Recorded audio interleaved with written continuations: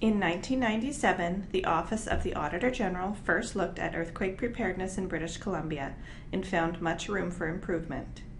17 years later, as we revisit the topic in this report, we find that British Columbians are still at a significant risk if a catastrophic earthquake were to occur today. The picture on this opening slide is of Christchurch Catholic Cathedral in New Zealand after the 6.3 magnitude earthquake that struck in February of 2011. As the nonpartisan independent auditor of the Legislative Assembly, the Auditor General audits the government reporting entity.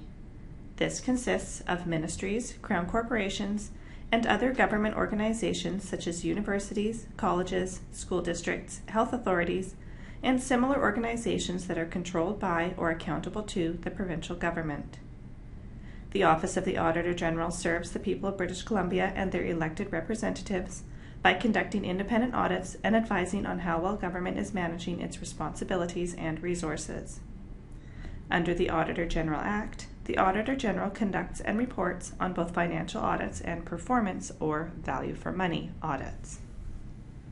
There are numerous examples of destructive earthquakes and tsunamis worldwide, resulting in years and in some cases decades of recovery. Recent examples include Japan, New Zealand, and Chile. Annually, a few thousand earthquakes occur in and adjacent to BC. Most of these are too small to be felt. However, experts have recently estimated a 12% probability of a catastrophic earthquake affecting BC in the next 50 years. Emergency Management BC, commonly known as EMBC, and within the Ministry of Justice, is charged with preparing and leading government's response to a catastrophic earthquake. The purpose of this audit was to determine if EMBC can demonstrate that it is prepared to manage the effects of a catastrophic earthquake. While no jurisdiction in the world can be fully prepared, some level of preparedness must be achieved to reasonably protect the population, infrastructure, and economy.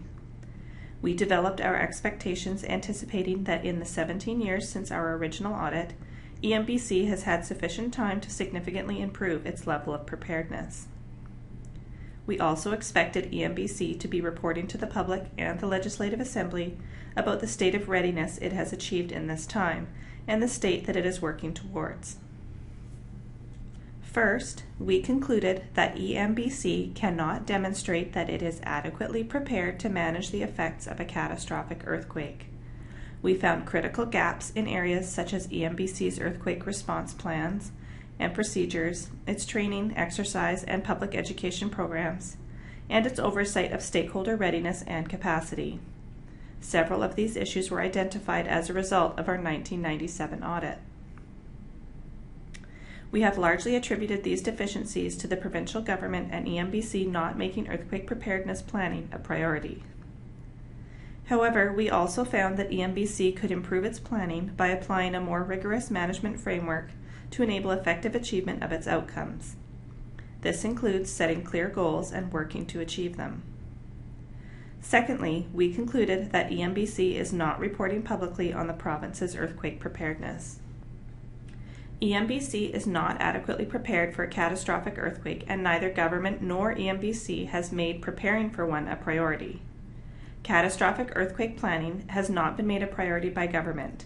Therefore, funding the planning work for a major earthquake that may or may not occur in the short term must compete with funding requests for immediate needs such as healthcare and public education.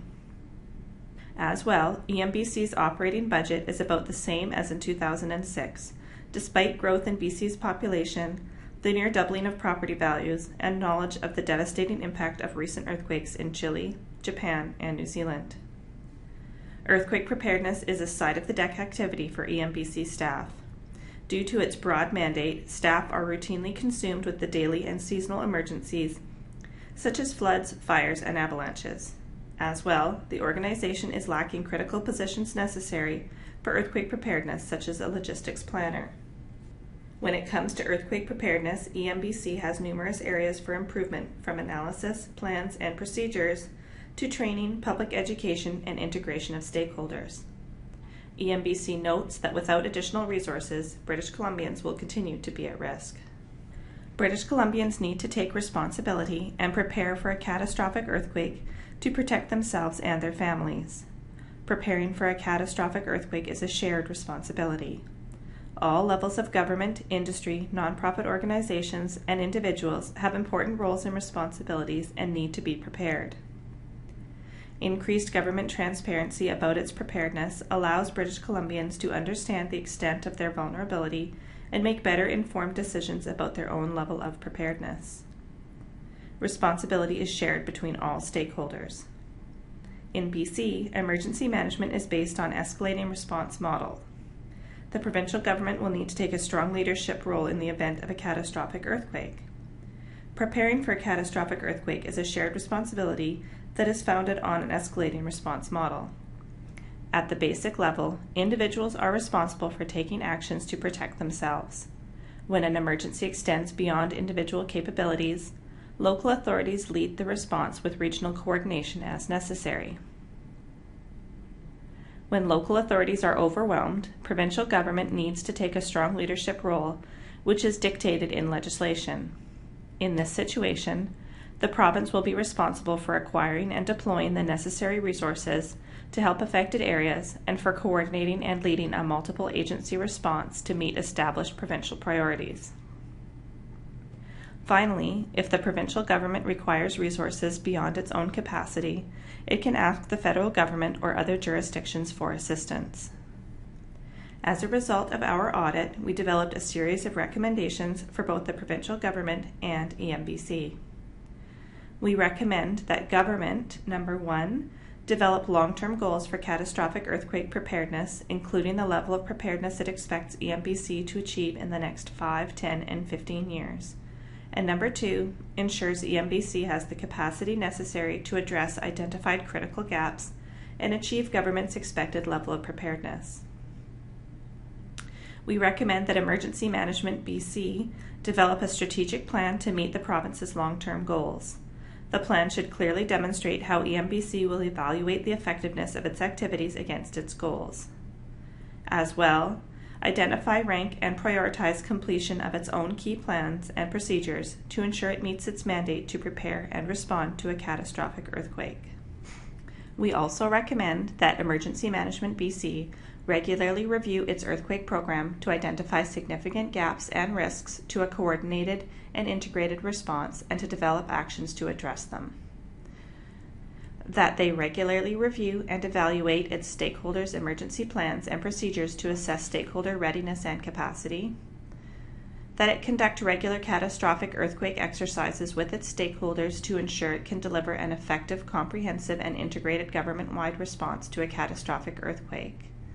That it measure the effectiveness of its public preparedness initiatives at regular intervals. And that it report annually to British Columbians on the state of its catastrophic earthquake preparedness.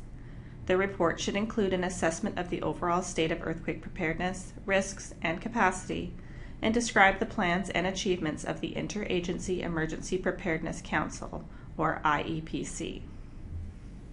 This concludes our summary of this report. To read this report and our other publications, or for more information about our office, please visit our website at www.bcauditor.com. The Office of the Auditor General encourages your feedback on this report, as well as your suggestions for future audits.